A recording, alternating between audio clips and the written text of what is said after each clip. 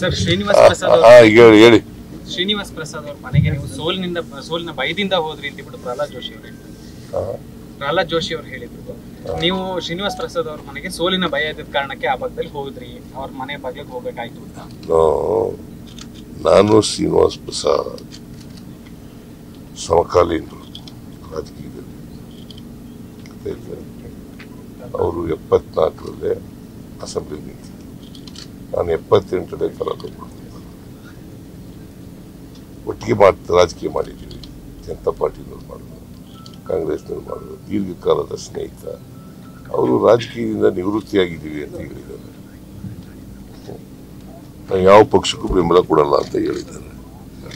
ನಾನು ಇಂಥ ಸಂದರ್ಭದಲ್ಲಿ ಹೋಗಿ ಭೇಟಿ ಮಾಡಿರೋದು ಅವ್ರನ್ನ, ಅವ್ರ ಆರೋಗ್ಯ ವಿಚಾರಣೆ ಮಾಡಕ್ಕೆ ಹೋಗಿ. ಇಲ್ಲಿ ಸರ್ ಶ್ರೀನಿವಾಸ್ ಪ್ರಸಾದ್ ಹೇಳಿ ಶ್ರೀನಿವಾಸ್ ಪ್ರಸಾದ್ ಅವ್ರ ಮನೆಗೆ ನೀವು ಸೋಲಿನ ಭಯದಿಂದ ಹೋದ್ರಿ ಅಂತ ಬಿಟ್ಟು ಪ್ರಹ್ಲಾದ್ ಜೋಶಿ ಅವರು ಹೇಳಿದ್ರು.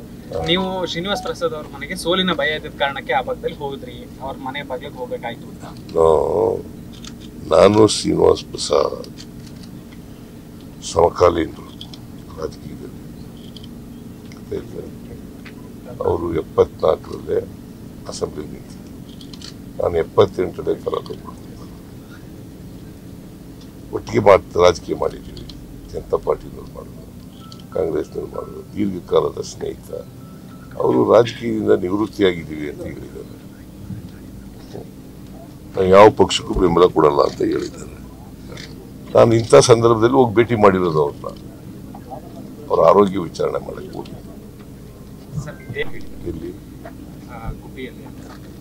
ಸರ್ ಶ್ರೀನಿವಾಸ್ ಪ್ರಸಾದ್ ಹೇಳಿ ಶ್ರೀನಿವಾಸ್ ಪ್ರಸಾದ್ ಅವ್ರ ಮನೆಗೆ ನೀವು ಸೋಲಿನ ಭಯದಿಂದ ಹೋದ್ರಿ ಅಂತ ಬಿಟ್ಟು ಪ್ರಹ್ಲಾದ್ ಜೋಶಿ ಅವರು ಹೇಳಿದ್ರು. ನೀವು ಶ್ರೀನಿವಾಸ್ ಪ್ರಸಾದ್ ಅವ್ರ ಮನೆಗೆ ಸೋಲಿನ ಭಯ ಇದ್ದ ಕಾರಣಕ್ಕೆ ಆ ಭಾಗದಲ್ಲಿ ಹೋದ್ರಿ, ಅವ್ರ ಮನೆ ಬಾಗಿಲಿಗೆ ಹೋಗ್ಬೇಕಾಯ್ತು ಅಂತ. ನಾನು ಶ್ರೀನಿವಾಸ್ ಪ್ರಸಾದ್ ಸಮಕಾಲೀನರು ರಾಜಕೀಯದಲ್ಲಿ. ಅವರು 74ರಲ್ಲೇ ಅಸೆಂಬ್ಲಿ ನಿಂತಿದ್ದರು, ನಾನು 78ರಲ್ಲೇ ಕಲಾಲೋಕ ಒಟ್ಟಿಗೆ ರಾಜಕೀಯ ಮಾಡಿದ್ದೀವಿ. ಜನತಾ ಪಾರ್ಟಿನವ್ರು ಮಾಡಿದ್ರು, ಕಾಂಗ್ರೆಸ್ನವ್ರು ಮಾಡಿದ್ರು, ದೀರ್ಘಕಾಲದ ಸ್ನೇಹಿತ. ಅವರು ರಾಜಕೀಯದಿಂದ ನಿವೃತ್ತಿಯಾಗಿದ್ದೀವಿ ಅಂತ ಹೇಳಿದ್ದಾರೆ. ನಾನು ಯಾವ ಪಕ್ಷಕ್ಕೂ ಬೆಂಬಲ ಕೊಡಲ್ಲ ಅಂತ ಹೇಳಿದ್ದಾರೆ. ನಾನು ಇಂಥ ಸಂದರ್ಭದಲ್ಲಿ ಹೋಗಿ ಭೇಟಿ ಮಾಡಿರೋದು ಅವ್ರನ್ನ, ಅವ್ರ ಆರೋಗ್ಯ ವಿಚಾರಣೆ ಮಾಡಕ್ಕೆ ಹೋಗಿ. ಇಲ್ಲಿ ಕನ್ನಡಿಗರ ಮೆಚ್ಚಿನ ನಿಮ್ಮ ನ್ಯೂಸ್ 18 ಕನ್ನಡ ಈಗ ವಾಟ್ಸ್ಆಪ್ನಲ್ಲಿಯೂ ಲಭ್ಯ.